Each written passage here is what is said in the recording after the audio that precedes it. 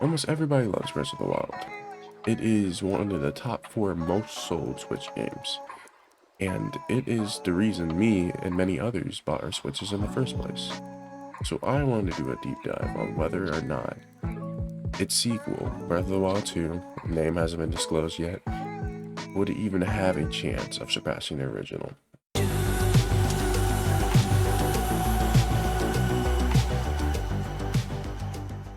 One of the main things that I always think about is how can it possibly surpass the immaculate map being Hyrule that they did in Breath of the Wild.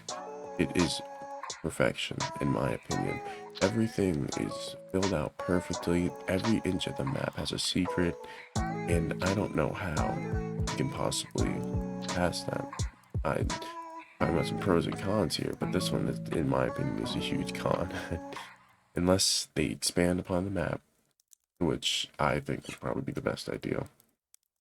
I don't think there's much they could do in that regard. And even if they do expand on the map, how would they possibly like tie in all the old stuff like the Korok seeds and all that, or would they just put them in the same place? And of course, there'll be people complaining it's the same game. So I don't know how they're gonna do that, and that is one of the main issues I actually have with how they're gonna make a sequel to this game. Is usually adventure games near impossible to make sequel, in my experience with that. But to counter that, I have high hopes for Ganon, being that he's going to be Ganondorf next game, which is, I mean, I don't know if it's 100% confirmed, but I mean, kind of obvious, and I'm actually very excited about that. I had no real feelings towards Calamity Ganon. I'd have no memory of him. I had nothing. Once I beat Calamity Ganon, I just reviewed my save, and it's been 2 years since I beat him. I'm streaming it right now. I'm about to beat him again, and I don't have no recollection of that boss fight. So it's such underwhelming compared to Ganondorfs of the past being like Ocarina of the Time, of course. Like I remember those fights perfectly, and he was super intimidating at multiple times. I think in Breath of the Wild 2, the difficulty should be upped a little bit, honestly. Going through it again, it's a little bit too easy. Not with like the Lionels and all that. All the outside things are not really that difficult. Mostly just the bosses, the in-game bosses, which is a little annoying. But I liked the Blight Ganons. Don't get me wrong about that, but Calamity Ganon definitely gonna be an improvement to have Ganondorf over him, in my opinion. Will they keep shrines? That's okay. Other than the map, that is the second biggest thing to me. If they do keep shrines, will they change the look of them? Will they make more, be more creative with them?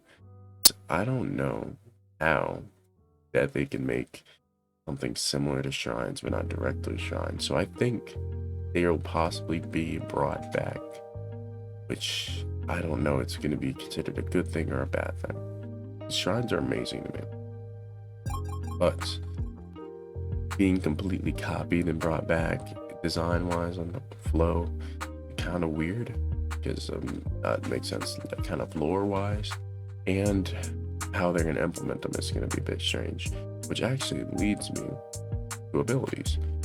I am fine if they were to cap the normal abilities, because those are simple, clean, and perfect. I don't know how other abilities they can even bring. That being with the Sheikah Slate ones and the ones you get from the champion as well. Both of them spot on, clean, perfect. The best move in that situation is just to keep them. Heck, just give them all to you off rip. I don't know how they're gonna take away your guardian abilities and your Sheikah powers or anything. That's the way to take away your Sheikah Slate. Or maybe you lost your powers once you beat Ganon. I don't really know, because we don't get to play after we beat Ganon. This game, I feel like if they really want to top the original Breath of the Wild, they need to pull things out that the original game did not have, which in my opinion includes a deeper story. And that is going to be way easier with Ganondorf. I can't even imagine the chances of like interactions between like Ganondorf actually like being a foreboding presence, actually like taking place in like settings, different settings. Like you encounter them in different places, like Ocarina of Time. I keep bringing up Ocarina of Time because they did Ganondorf perfectly in my eyes. In conclusion, the way I think Breath of the Wild 2, past the original, is if they go deeper on the story, expand the map, because I don't think they can beat the map, or expand it, or just change it in a different way. I think that's what they're gonna do. From the looks of it, I think things are just gonna like morph, change. Ganondorf is already a step in the right direction, story-wise and villain-wise, and also bring something that replaces shrines. Like you can, I don't know if what they're gonna do with the warps and all that, but I believe that the best move is to keep it and expand upon it, because that is probably the best thing they can do.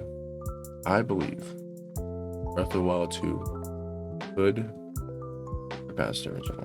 I think there's a good amount of things they can do.